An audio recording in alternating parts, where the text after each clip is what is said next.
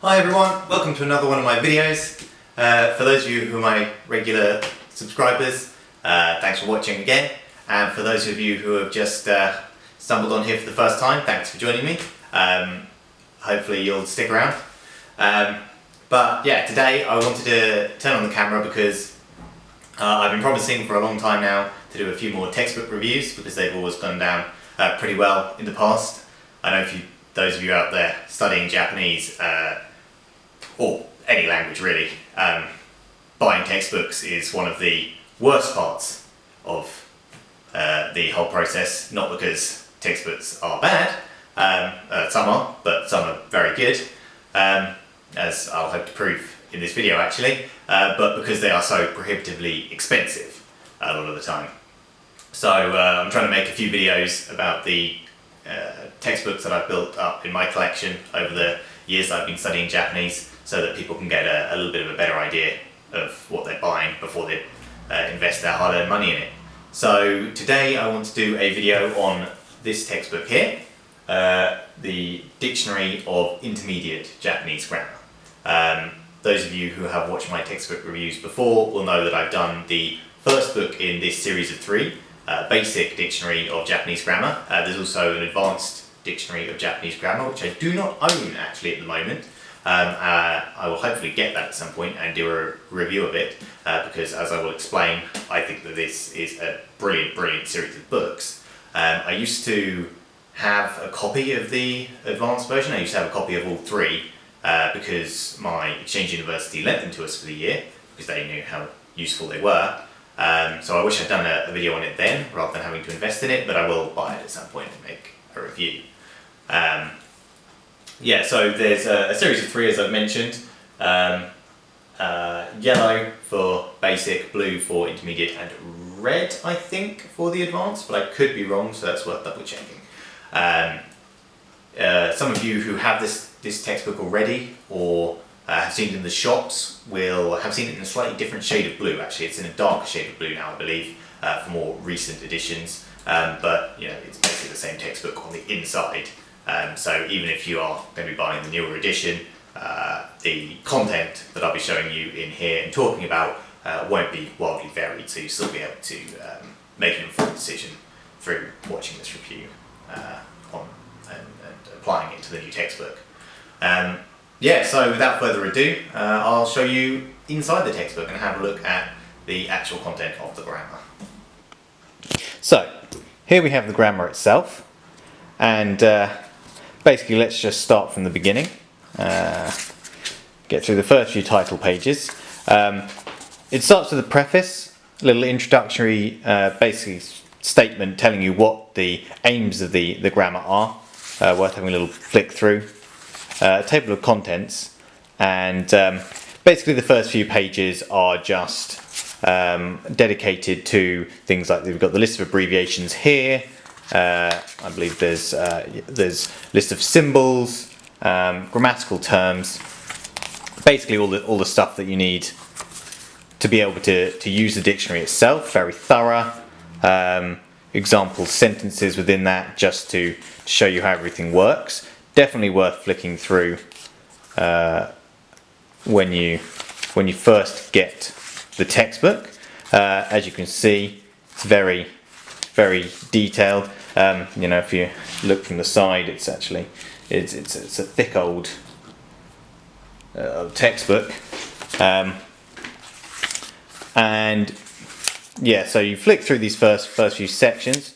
Worth having a good read. One thing you will notice is that it can be quite text heavy in places, especially at the beginning, and it is a little bit dry, but it's incredibly informative and well worth persevering with, because it really does explain topics and concepts in an incredibly detailed manner.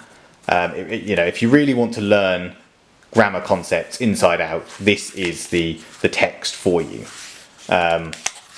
So if you just sort of flick through all these, actually I've gone a little bit too far, go back, and probably the best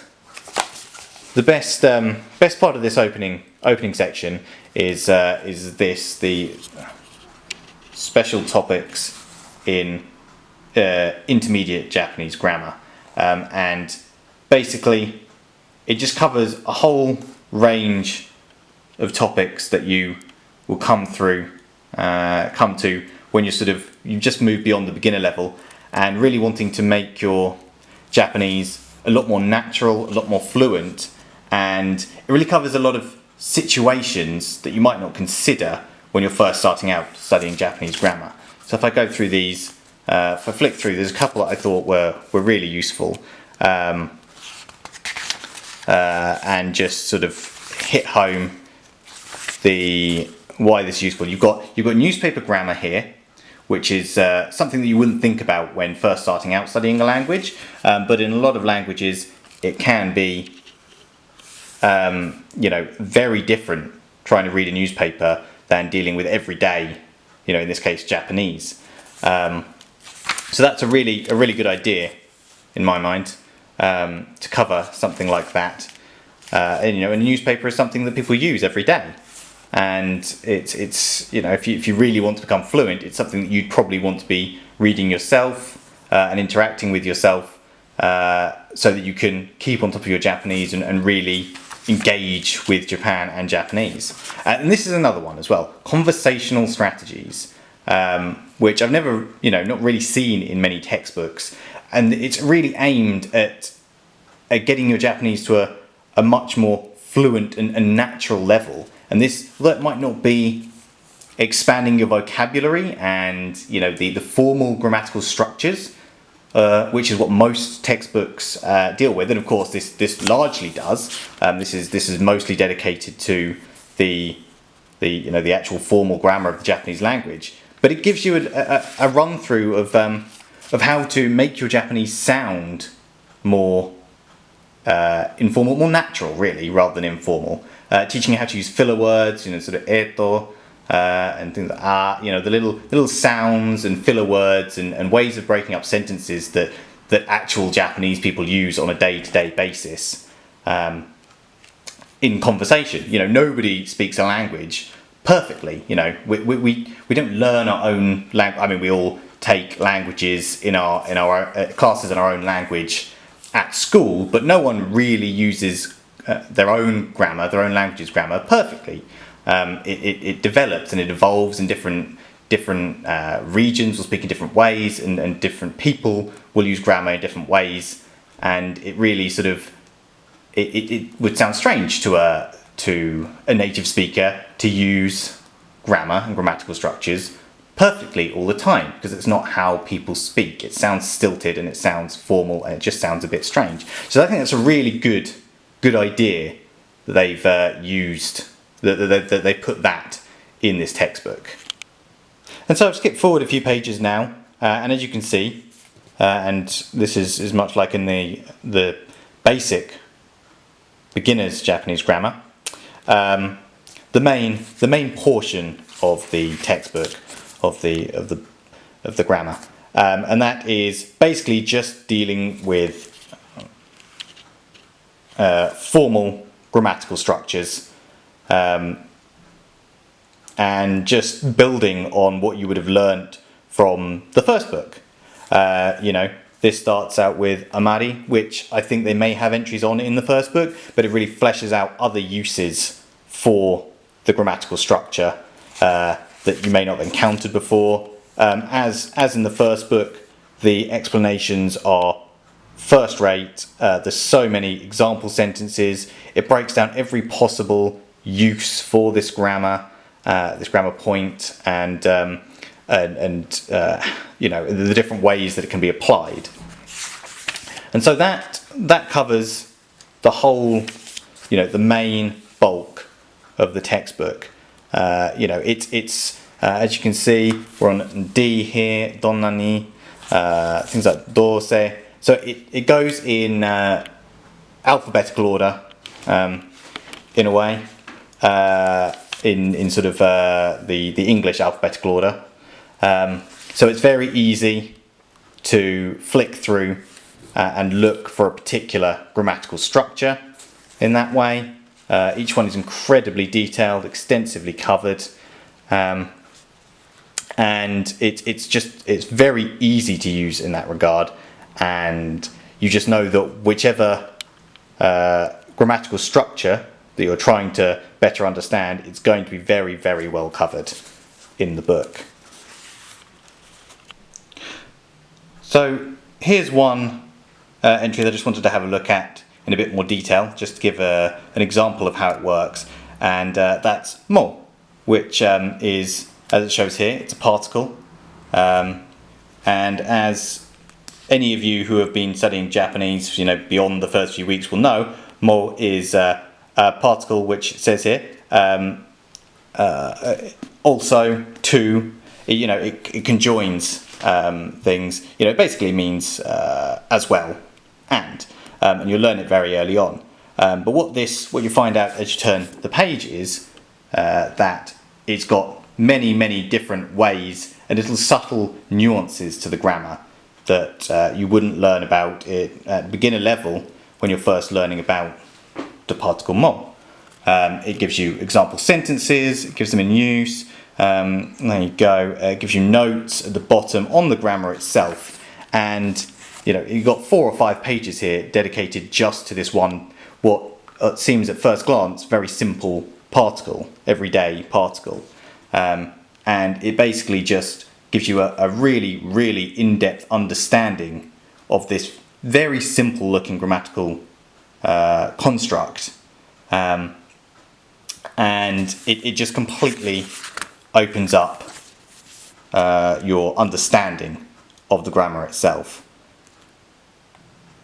And then so once you get past the main bulk of the textbook and the grammar entries, you get a little section at the end, appendices, which basically just give you a bit of information on other useful topics. There's suffixes and prefixes, various things. You've got counters and all that sort of thing. Just sort of extra useful bits and pieces that you might not need, but are certainly handy if you ever do find a need for them. And then if you skip through those, you'll find yourself go beyond the appendixes, and you get both an English index for looking up the grammar terms, and then right at the back there is a Japanese index for grammar terms. There we go, and that basically takes you up to the back of the book. So that's the look inside the textbook itself.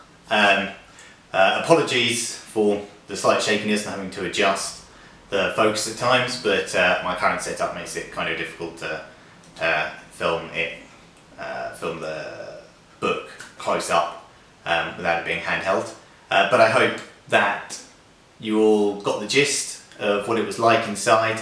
I hope it's really helped you decide whether this is the kind of grammar that you're looking for, whether it's the kind of textbook that you're looking for. Obviously it's not a textbook in the sense that there's going to be exercises and things to fill in and things like that to reinforce your learning, but it's really there as a reference.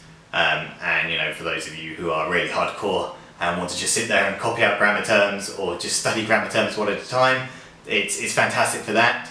But really it can supplement your learning, your progress, your Japanese studies, and it just has all the information you're ever going to need. If you're at university and you're doing